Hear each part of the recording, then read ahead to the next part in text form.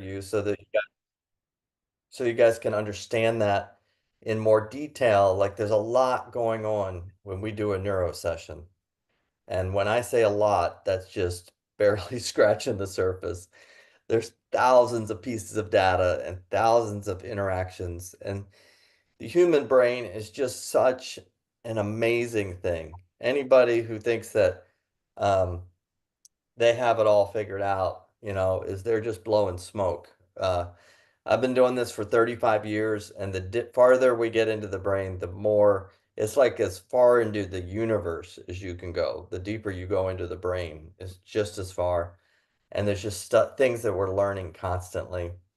So, we're going to walk through some basics about, what it is when you start with these numbers of theta ratio and high beta ratio. That is really just barely scratching the surface, but I want to show you a little bit more of how to understand those and then how to break those down into some of the smaller frequencies of the brain and what that means. So as we talk about the brain, let's just make sure we all understand some basic concepts. So let me share my whiteboard with you. Okay. We'll do that first. Okay. Um, so we can all see this, right? Correct? Yes, we should be able to see that. Yep. Okay. Yep. So on the what I want to first start with is um, the human brain is working off of electricity. Okay. And this electricity is running 24/7. It's amazing. If this electricity doesn't run, we've got problems, okay? So the electricity is running 24/7. We make that from many different things, but the main thing that we make extra electricity from is oxygen. So you wonder why we work so much on breathing. It's because the electricity that makes your brain work is 90% of it comes from oxygen. The rest comes from water and food and sleeping, but most of it's coming from oxygen. And so we just take for granted our breathing and just say, well, I'm just breathing and I've been breathing this way my whole life. But breathing is so important to the making of the electricity.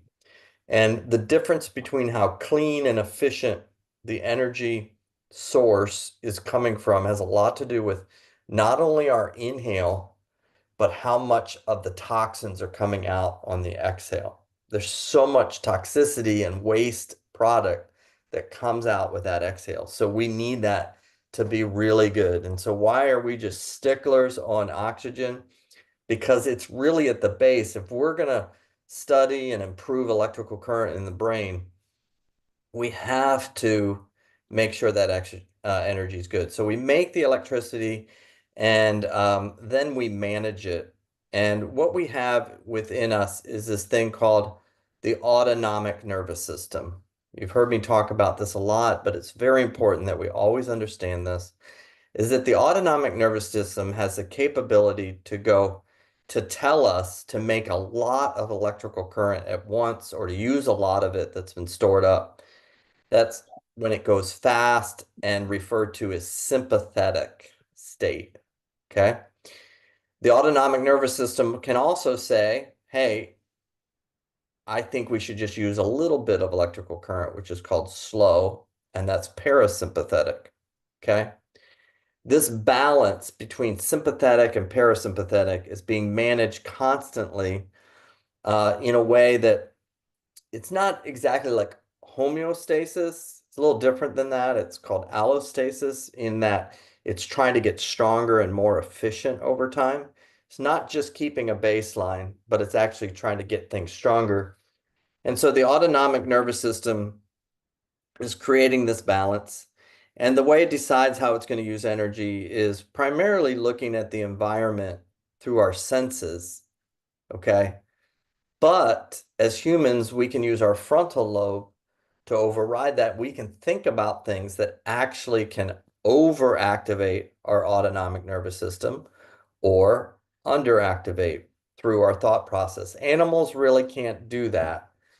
Animals, they kind of go in this rhythm and work with their environment. Humans, we tend to override that. We're the only creature on the planet that chooses to deprive ourselves of sleep, which is choosing to not go in this slow state, which can be a very bad thing at times. Okay, so we're making this energy. And when we get down, and the reason you need to know this is when you see the theta ratio, okay, that for you is an indication of what is your autonomic nervous system doing. See, the problem with everything that we experience physiologically, psychologically, cognitively, emotionally, stems back to the autonomic nervous system. If the autonomic nervous system starts to run too fast or run too slow, then downstream, physiologically first, then psychologically and emotionally second, and then behaviorally third, we see the consequences of this going too fast or too slow. And so when you hear or see theta ratio and high beta ratio, those aren't just random numbers. Those are data points about how your autonomic nervous system is working, how this extremely complex system that's managing things like turning food into energy, right? Or keeping you at 98.6, or identifying something that's intrusive to you 40 years ago and remembering your immune system to keep that in check throughout your life so that it screens that out. Certain bacterias and different things that our body is learning, like all of this stuff, we need to be able to see how the system is working by looking at the autonomic nervous system. So let's just take a negative of that. If the brain starts running too fast, it stays in this fast state. Okay, so let's say it's running up here. Okay. Not because it's being chased by a lion, but maybe because of past events that have made it to go fast. Or maybe learned behaviors of obsessiveness and worry that make it go fast. Then the downstream effects of that are anxiety, sleep problems, avoidance, phobias, stress, because the system has gone too fast. It's not in a balanced state. Negatively, it makes it very hard for it to rest, recover, and sleep and balance itself out. Okay. So, what these two numbers do for us is they give us an exact placement, a very precise placement of where you are on the scale of speed. And why do I need to know that? Because that's going to be a predictor of my health, physiological functioning, and emotional functioning is where I am on this scale. Okay? So the first one, let's talk about theta ratio. And then we're going to look at our live demo here. Theta ratio is measuring the autonomic nervous system's brake pedal. How well can it step on the brake and let me recover and sleep? That's what theta does for me. Okay? Is it really measures that brake pedal. And the ideal number for theta is that your theta ratio would be around 2.7. Okay? And so this is a brake pedal. So you would want to be stepping on the brake pedal when your brain's awake, right around a 2.6 to 2.7. And that keeps the autonomic nervous system in really good balance. Okay. If this theta ratio, we're not talking about a high beta right now, we're talking about theta. If theta ratio becomes less, okay, so it's a brake pedal, right? And all of a sudden, there's not as much of it. What does the autonomic nervous system start doing? It starts going faster than it should, okay? And the real crucial mark for us is right around 2.0, okay? If I don't have enough of this brake pedal, so when I'm looking at the brain, it gets below 2.0, then that means that the autonomic nervous system is going to be leaning towards the sympathetic state, and it's going to make it very difficult for it to get into these restful states, these sleeping states. So this is a big predictor of sleep if a theta ratio starts to get below 2.0. Another thing that this predicts is if this stays like this over time, because sleep is so important to our memory functioning, that if this theta starts to slip even further down to 1.2, 1.1, and it stays there, that can be meaning that our sleep is getting so compromised that the very important things related to memory start atrophying and they're not able to stay. The hippocampus can't store those memories like it should because it's just not getting enough recovery or rest. Okay. So always remember when you're looking at your data, 2.0 and lower is a problem on theta.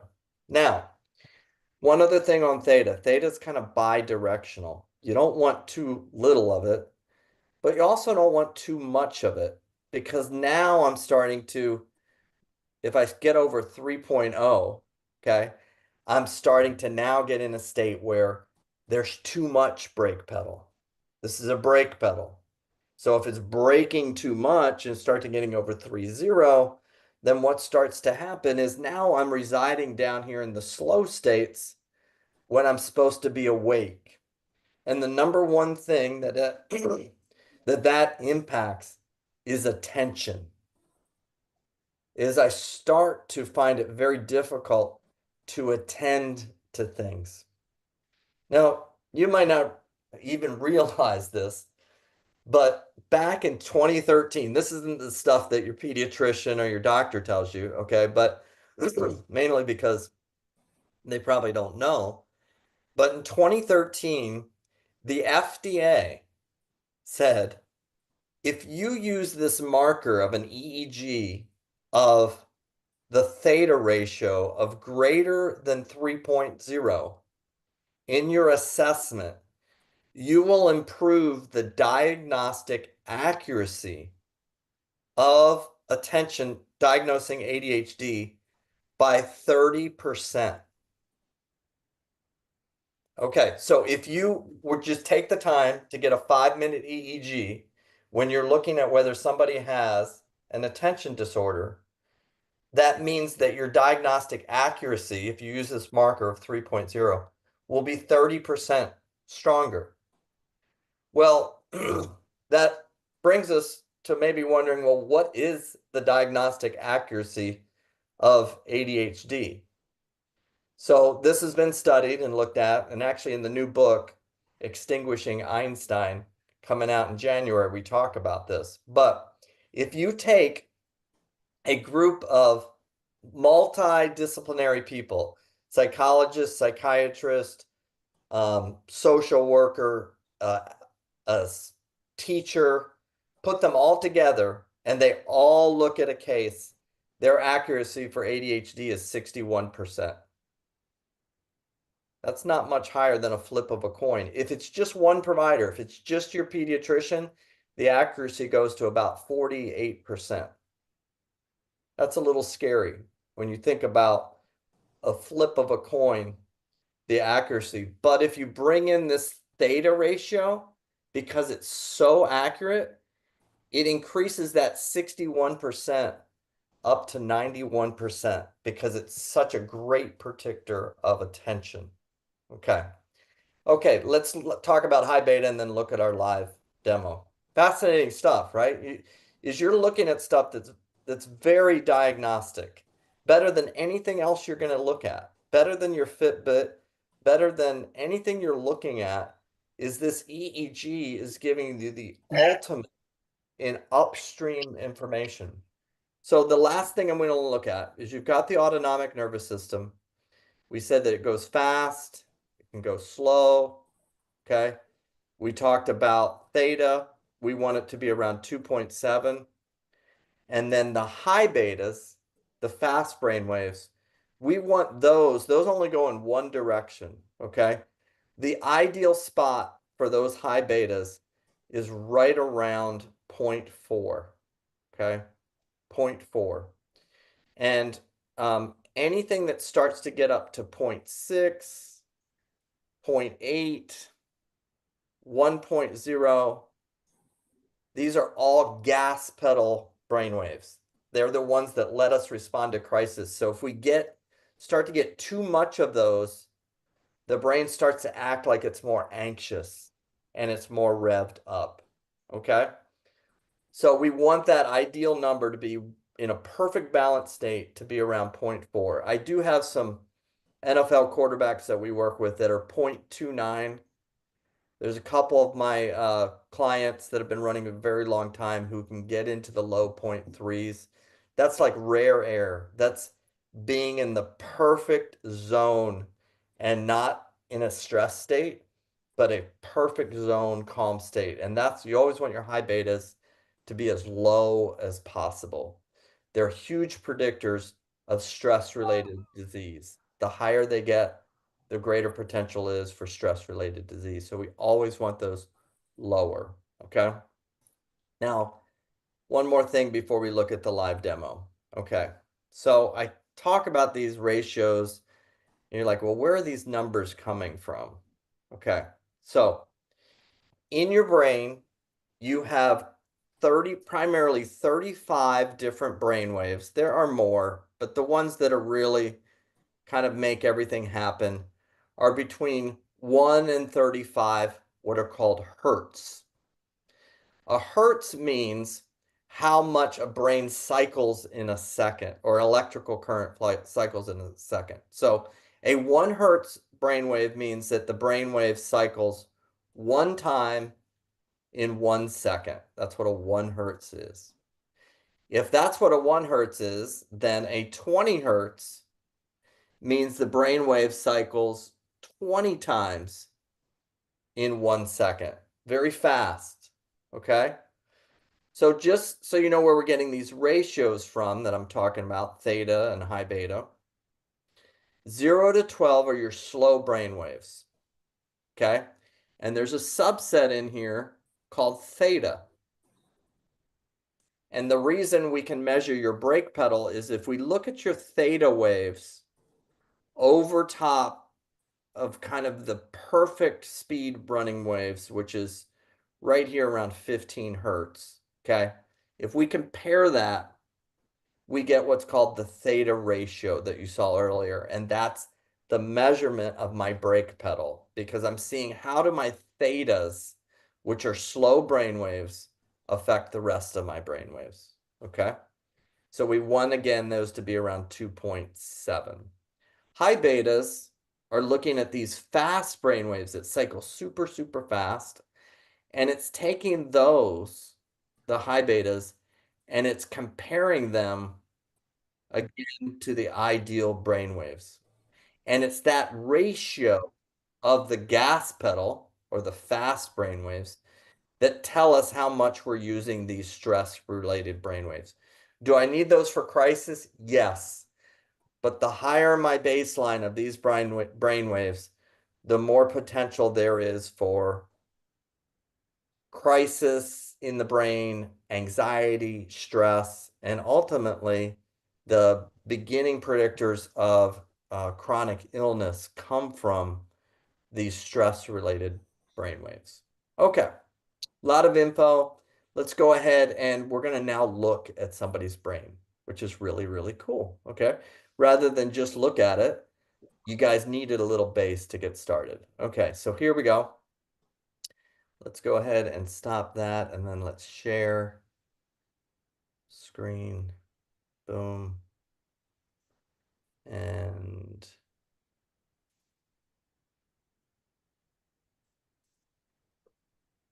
let's see.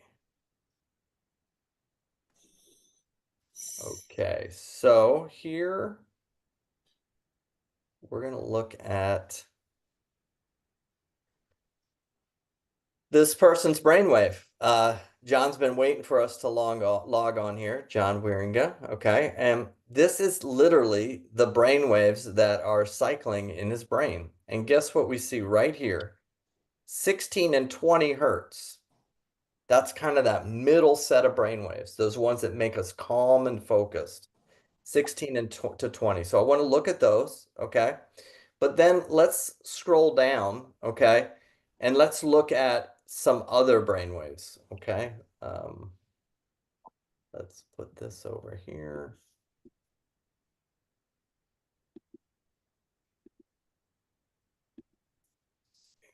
So we're looking at now let's go down and see what's going on with the fast brain waves. So I'm looking at all these different sets here. Actually, before I get there, here's those theta waves that we talked about, okay? 4 to 8 hertz. If this person needs more theta, then I like these spikes here. See the big spikes? I like that. But what I don't like are these valleys, okay, when it gets too low. And so when we do neurofeedback, we're rewarding the highs and we're saying no to the lows because I don't want these lows. I want the highs, okay? That's very, very important. Can you repeat that, John, for me? Can you hit repeat? Thank you. Okay, perfect.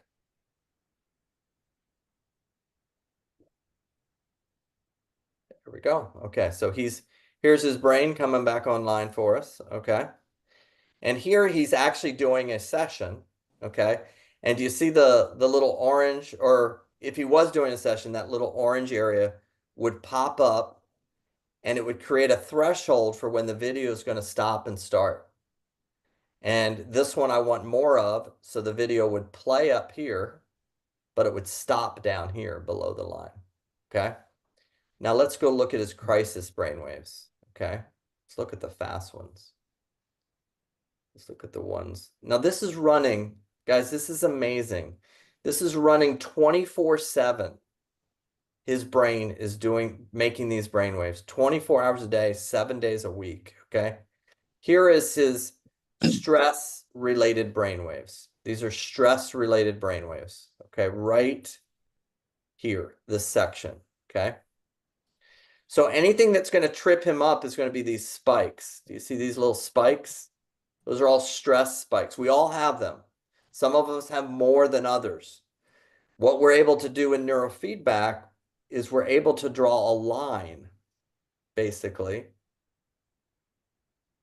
And we can do this in real time. And we can say everything above the line in the stress brainwaves, I'm going to say no.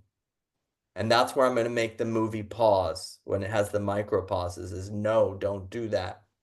Every time he goes below the line, I'm going to say yes for the video.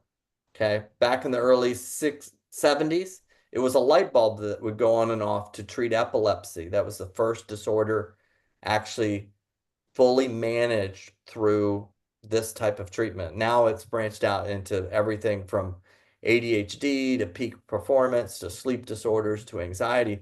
But what we're doing is we're rewarding the brain above and below the line.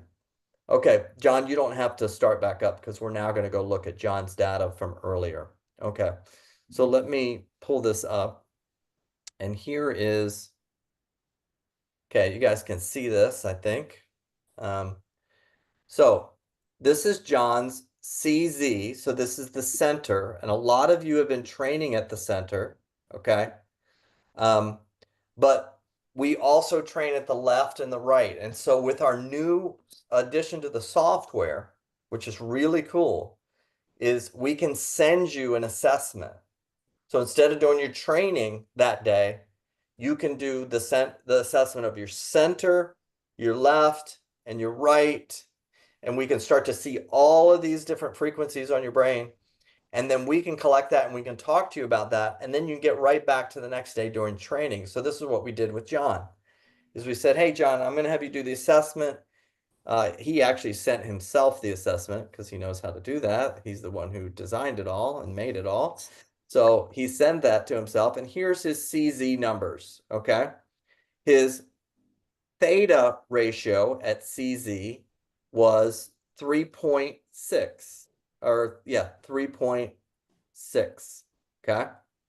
And his high beta was 0.4. So based on what we know from what we talked about, we can see that John's theta is too high, okay? And that's what he needs to work on to bring it down.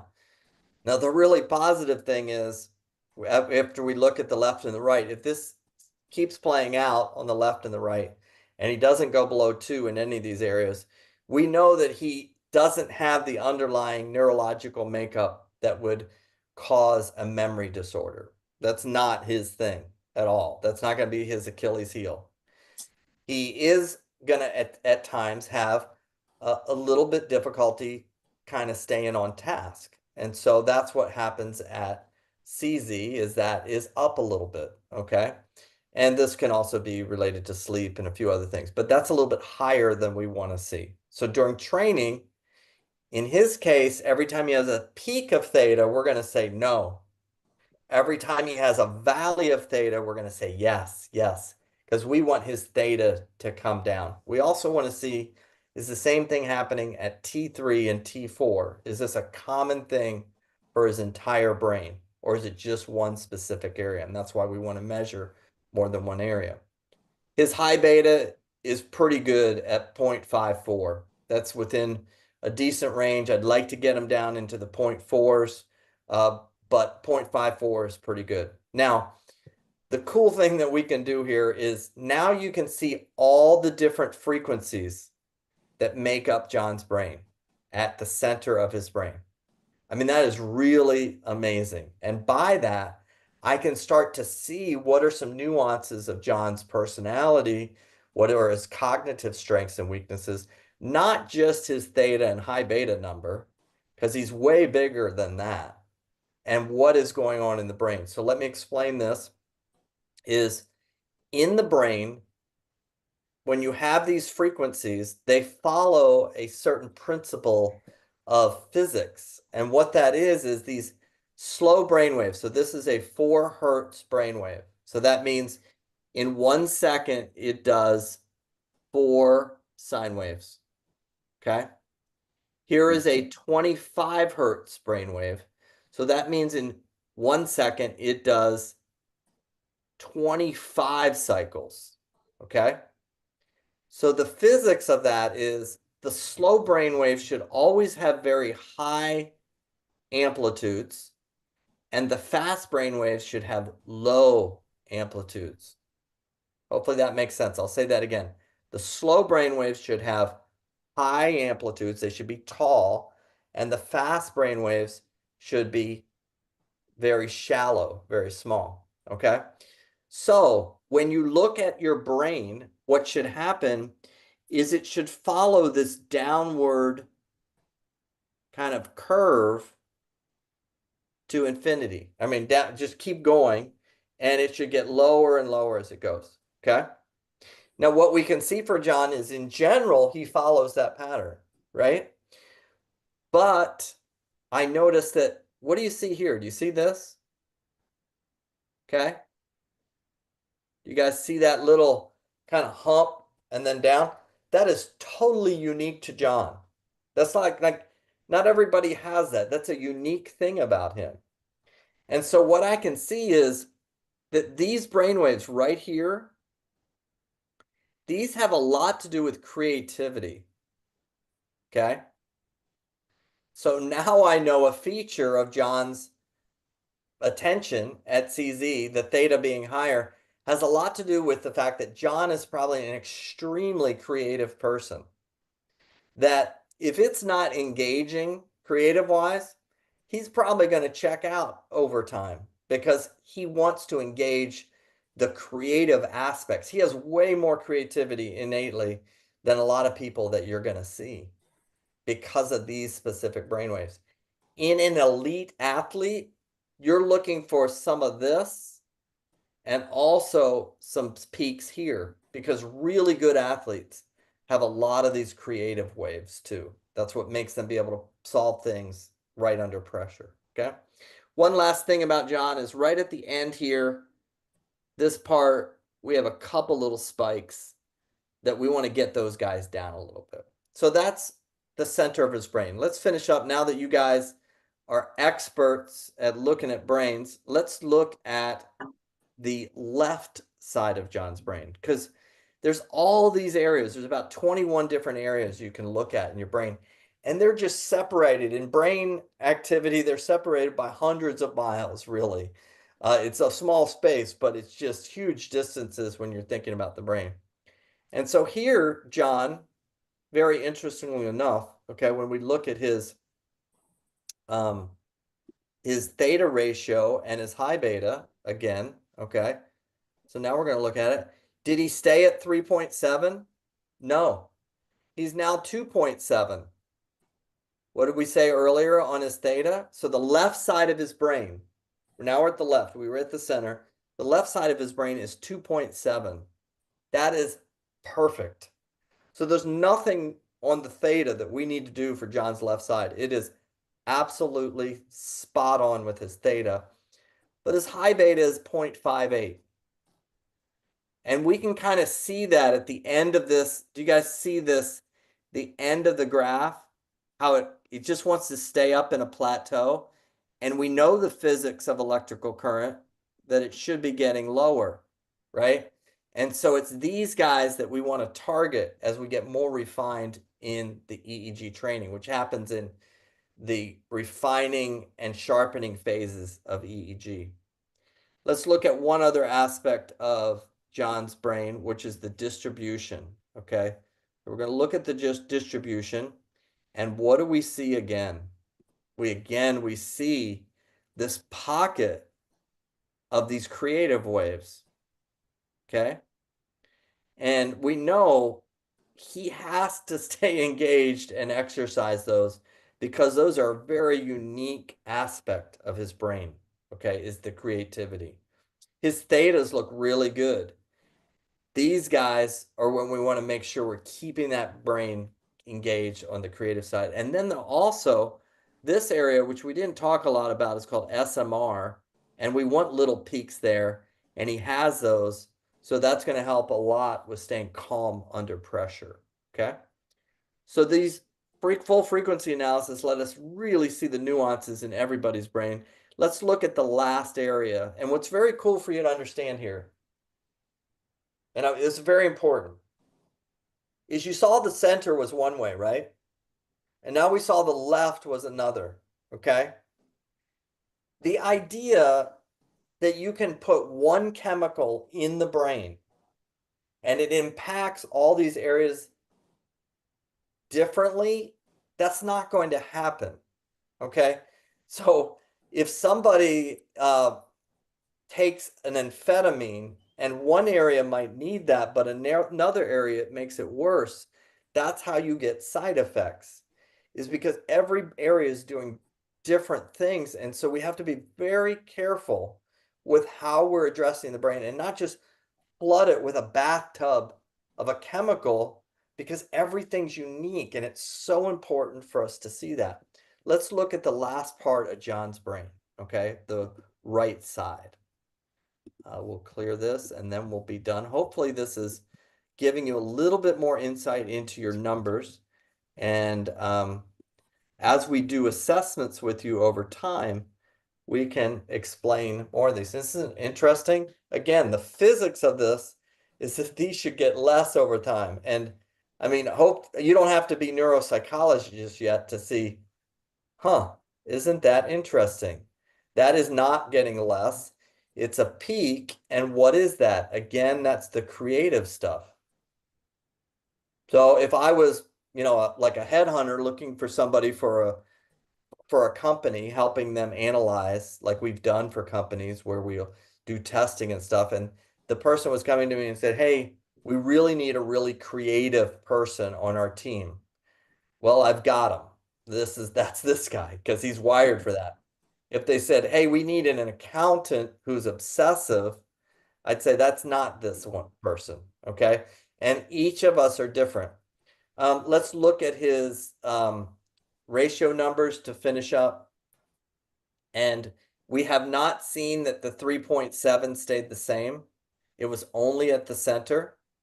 And here he's at 2.63, which again is about perfect on his thetas. So I really don't want to do anything with his thetas, even though the one's high at the center. The high beta's 0.59 okay? A little bit up there, and eventually I want to get those into the 0.4s. But my analysis of John, okay, if I look at this, is the theta isn't a problem. The left side of his brain is 2.7, the center's 3.6, and the right is 2.6. Well, these guys are perfect, okay? Neurofeedback, we want to bring this down a little bit. But the one thing that's remained kind of consistent is the high beta has kind of been hanging out just a little bit too much. So on the right side, it's 0.59, center 0.54, here 0.58, okay? And this is a really cool thing about the brain. John's reason for this theta increase doesn't have anything to do necessarily with an attention disorder. It has to do with the brain is trying to find a way to address this, this, and this going a little bit faster, okay? And he has a lot of plasticity in his brain.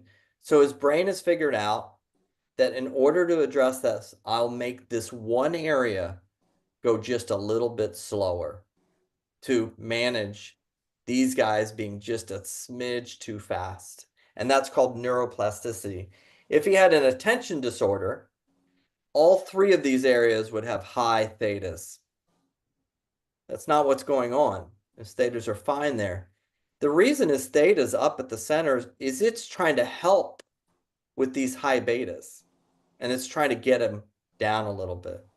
So for him, when we're looking at training, it's always going to be about pushing the stress brainwaves down. And I bet you what's going to happen is if he gets sub 0.5 here, below 5 here, 0.5, below 0.5 here on the fast ones, this theta will naturally give way and start to go below 3.0.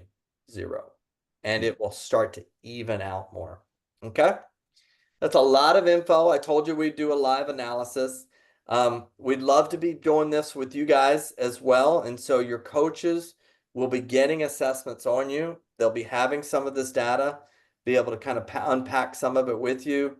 Some of that will get sent to me. I'll kind of look through it. So just want you to know that there's a lot going on when we're doing training, okay? And we're all different. Everybody has different peaks and valleys. And the best way to help us out long-term and our downstream behaviors and emotions and psychological functioning and cognitive functioning is to be working upstream to keep the electrical energy in a perfect spot. Okay? So as I conclude, we went a little bit longer, but does anybody have any questions? You can send through the chat. Stephanie, did anybody send any questions through the chat yet? You can type it in the chat if you want to. The chat's right below. Did we get any questions, Steph? No, nothing came through. Nothing came through. Okay, gotcha. Well, this might be one of those lectures that you want to review and look over. So we do have a recording of it that we can send to you. Also, definitely feel free to talk to your coaches more about this. We have all kinds of information. But there's a lot going on when we're looking at your brain, and your brain's the most important thing that you possess on this planet is your brain. And let's take care of it. Let's make it work really well. And the more we understand this, the more we know how to make it stronger. Thank you for joining the lecture tonight, and hope you guys have a good rest of the week. And I will see you at the beginning of January. Remember, first Tuesday of the month. And we'll probably do that one in the evening.